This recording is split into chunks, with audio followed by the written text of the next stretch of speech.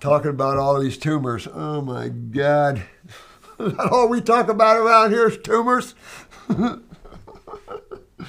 Oh, that tumor we saw in Pat's class last night, that poor lady way out here in the chin, way out here. And I know you probably thought I was crazy, but I was dead serious. You got to try to find megatherapy for some of these more advanced tumors.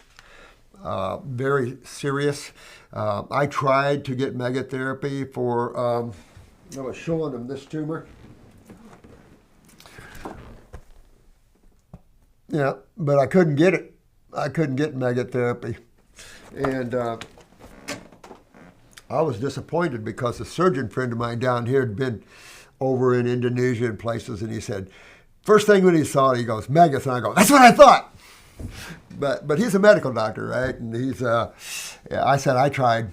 I called all these hospitals and all these research places that deal with maggots, and I couldn't get anything done. But that's the sort of thing the thing that can help. When you get a tumor out here and you're trying to detox that person out, that's rough. That's rough because they're very occluded, all through these pathways and in the trunk. So, I mean, really, really bad there. Oh, hello, my dear ones. How are we today? Today is Friday. A great class. Thanks for coming to the class last night. I have to apologize because sometimes it gets me. And when Pat was going over all the immune cells, the T's, the helper T's, and all this is all, I love this stuff. And I think it's important that everybody learn your immune cells. There's not that many of them and what they're for and what they are.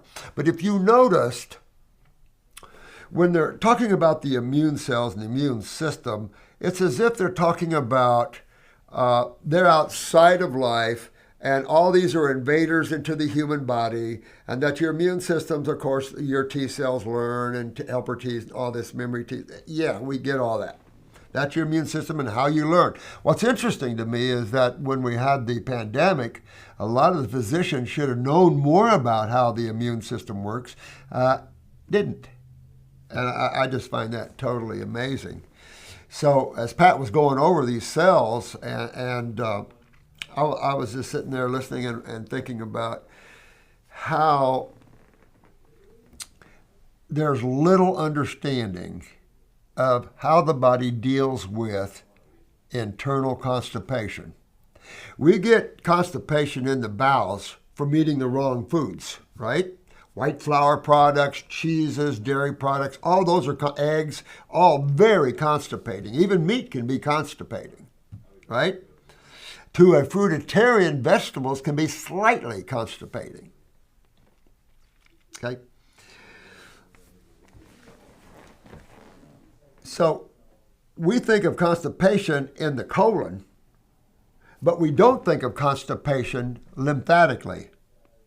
And I was just talking to Jessica, who was talking about tumors and several of her cases, she's getting some advanced cases here.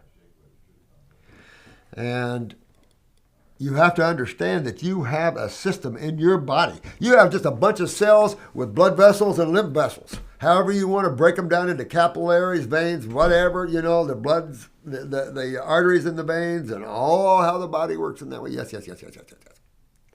But let's also move over to a whole gigantic system that's in the body that makes predominant interstitial fluid.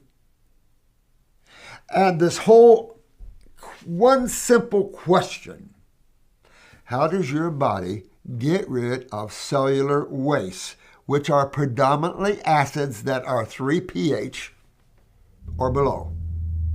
How does your body get rid of that? The medical answer to that is, it just dumps it back into the kitchen.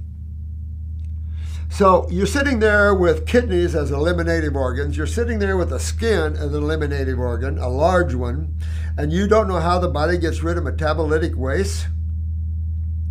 I just find that just crazy. It's almost like in the medical community, waits and waits and waits till somebody discovers something, and then 50 years later, someone goes, hey, that was a pretty good discovery.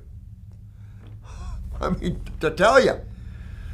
So it's like when you look at it from A and P, it's like these cells, your T's, your trainer cells, your B's, all your NKs, all of these types, the lymphocytes, these types, are all there to fight invaders or to act like a macrophage and then consume a cell.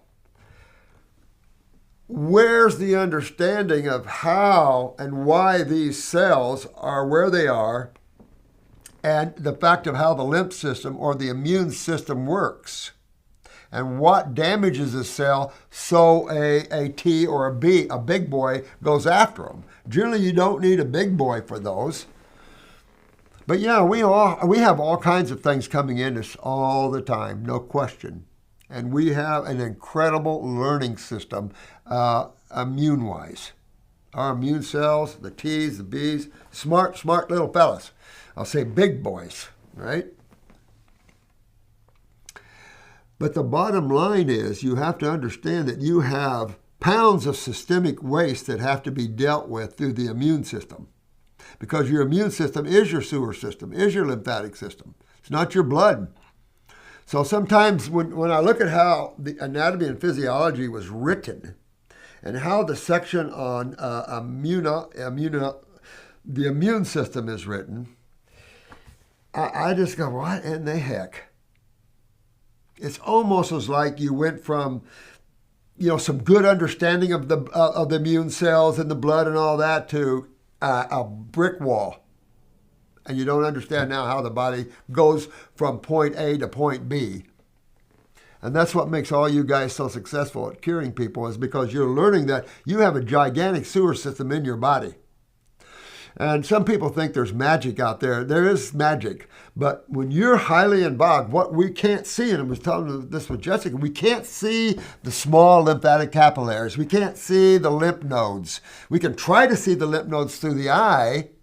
And in this new one, I don't have it up yet. He's still kind of putting it together, editing it. But I have an eye in there, I think, where we do have what I consider atrophied lymph nodes. So I'm hoping he'll get that up soon, and maybe we can bring that eye and show you what it looks like when you have a possible atrophied lymph node. Well, when you got cells over here, and you got your eliminative organ over here, and in between you have the septic tank, and that septic tank is deteriorated, how do I clean this? How do I get these cells, waste, out the kidneys? I stress the blood, I'm just going to lose more calcium. That's a no-brainer. You don't dump acids in the blood. That argument, I would argue that with their bicarbonate, argue that bicarbonate neutralizes all acids, even nitrogen and phosphorus. See, so these arguments have nowhere to go. Truth stands on its own pillars, and you have a whole system in your body that's the number one problem that everybody's facing. And that's because everybody, almost on this planet, does not eat in the level or the category that they need to eat in. There's not, if you counted the amount of frugivores right now on this planet, you probably have mostly on our side. Well, I don't ask anybody to be a frugivore, but how about a raw foodist? How about someone that eats nothing cooked and just all raw? That's at least an important step to be at, even if they're vegetables. Yeah, even me, I like to have some cooked vegetables once in a while. But everything else I do is raw. So, we're coming out of a gigantic, I don't know, it's like humans took a huge wayward left and, got into some extreme dietary habits. I mean, when you take a look at what man's eating, what animal drinks milk after they're weaned? Man, you get into all this and what we've done and how we've developed the grain, and then we developed the bread, the white flours, and then we realized, white flours, gluten is a glue, bowel cancer, so let's go on, let's do the whole grains again. It's just all of that, and then here comes the beans. The focus on dead food is unbelievable. There's no focus on living food. We've got this one lady, and I guess the husband wants us to help his wife who's in a coma. And I'm hoping the medical doctor will call me, because I'm trying to figure out how we get electricity in there. Not a TPN, not your liquid nutritional TPN treatment, but how do we get fruits in a coma patient? How do we get that electricity, that feeding tube? But how, so this is something that I hope we can work out, because this would be cool to pull this lady back. I'm just really excited to do something like that. But there's a lot of situations we have to look at. How do we? Because she's in a full-blown coma, so it's like, how do we get the goodies in? And then, there's just a lot of questions, but could be some excitement there in doing that.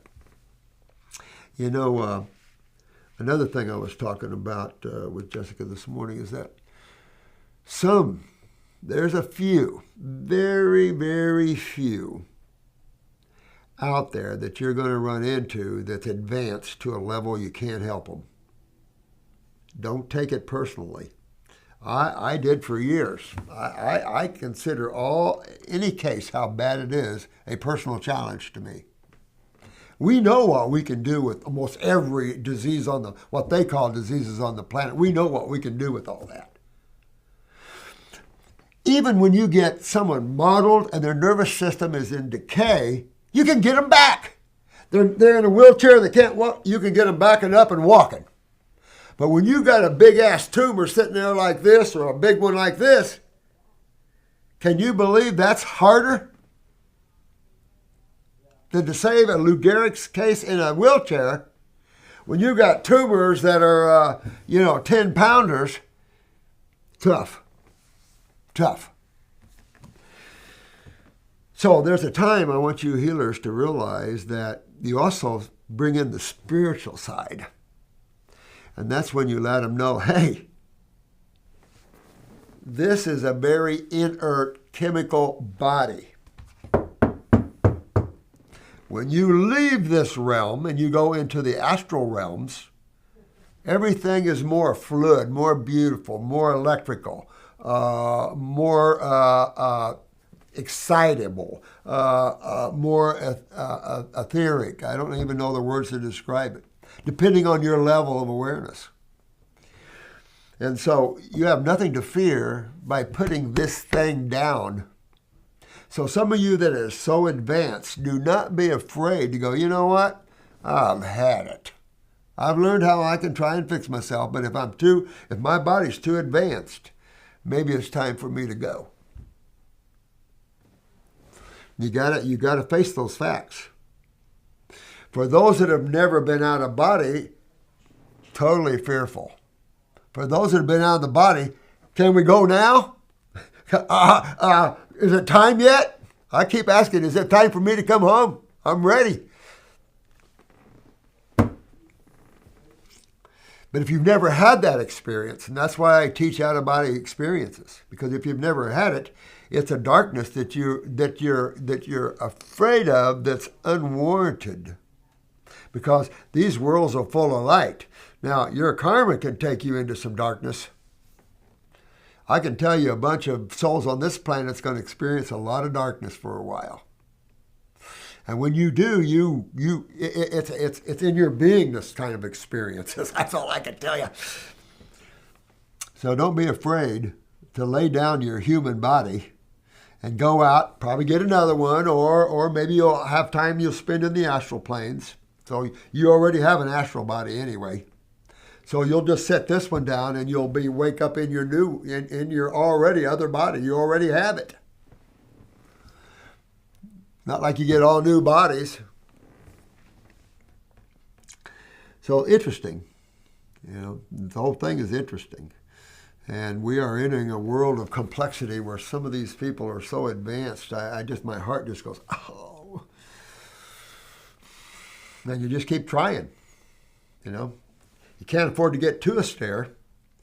You can do some short dry fasts, really short water fasts, but really we want electrical. We want hydration. We want electricity. We want astringents. We want what fruits have to offer, and particularly the grapes and the darker ones. Of all the foods that I know of on the planet, the grapes are to me, the center of the beauty of detoxification. They're the perfect chemical mix. So enjoy all that you want. I know that it's difficult. When you're facing going on a 60-day grape diet, that's a long time. But if you've got tumors hanging off of you, just huge tumors, or even small ones, don't play around. You know, Jessica was saying, she says, I got this little bump on my leg. I know that's got to be a lymph node or something. So she gets out and she's working out in the gardens and stuff, sweating out. She says, look, it's half gone.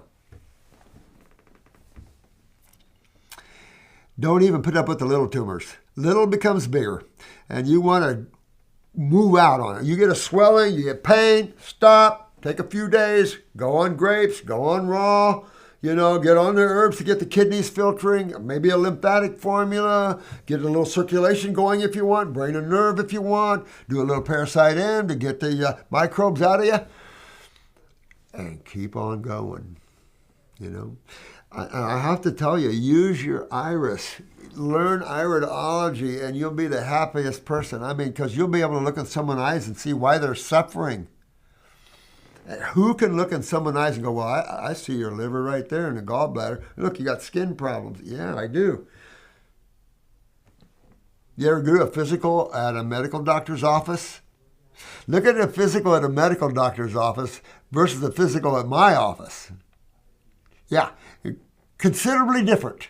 So, yeah, you're going to walk out with a lot more awareness when you come to us. You're going to understand your body. You're going to understand what the problems are and how you deal with them. You're not going to go, well, yeah, you need to take this high blood pressure medication and, you know, control your blood pressure.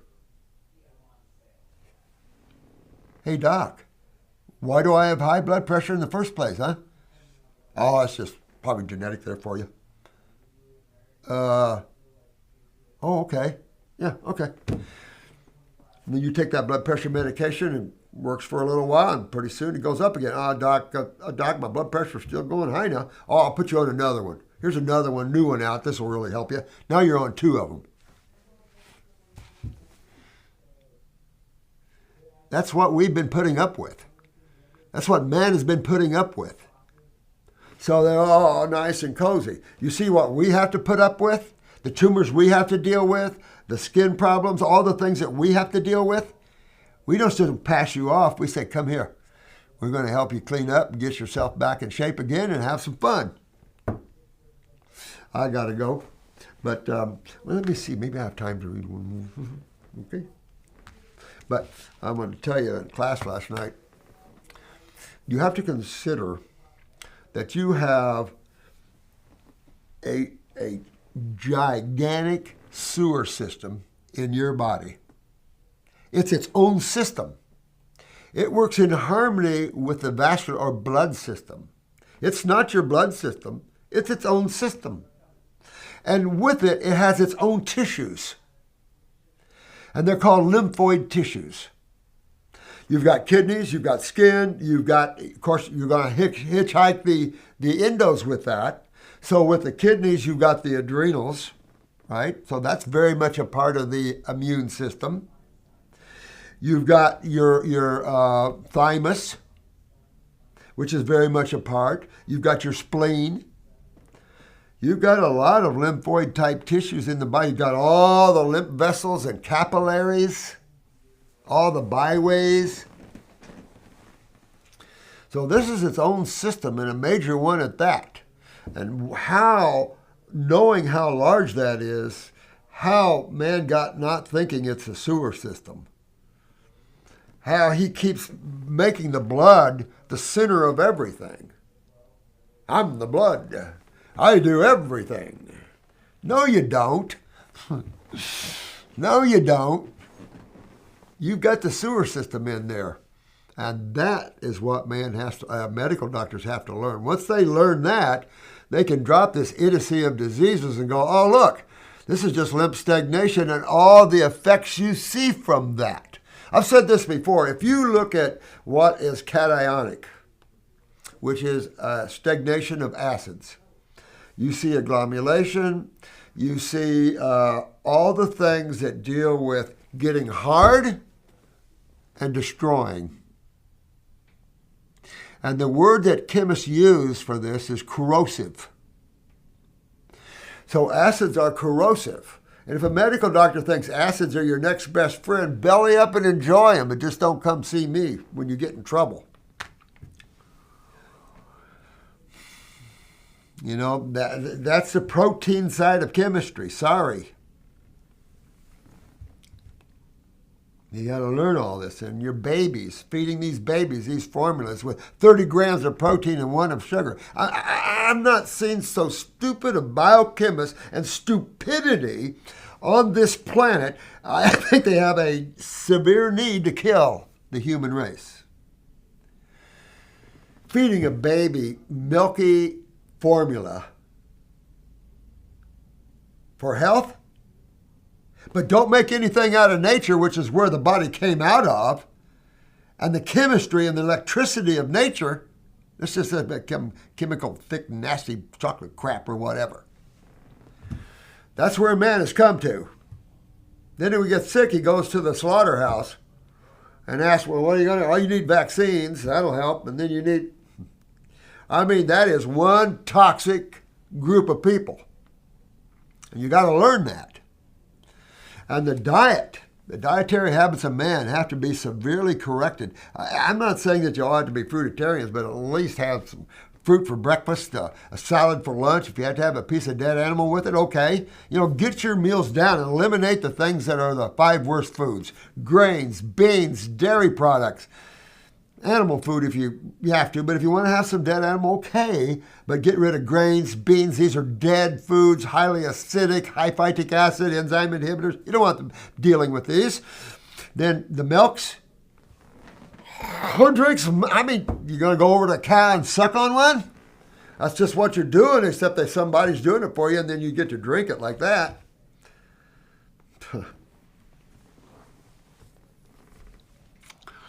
You know, a lot of us that were raised farming know about milks, and you don't do the milks.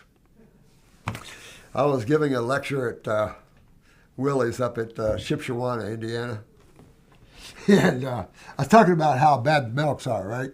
And of course, I'm looking, and of course, there's some big dairy farmers there. You ever see an Amish dairy farmer, how big their fingers are? Unbelievably huge. And so I got done with the lecture. This big old dairy farmer came up with me, and he had probably a baker's dozen kids and his wife, you know, and he said, hey, son, don't worry about it. He said, we know it's the milk. So Willie has been able to change some dairy farmers up there into vegetable growers and things like this, you know, getting away from toxic milks and stuff like this. And all that implies. You ever see a dairy farm? And all that implies for those that work in farms and get out physically working, look at a dairy farm and tell me you want to work in one. No. No way.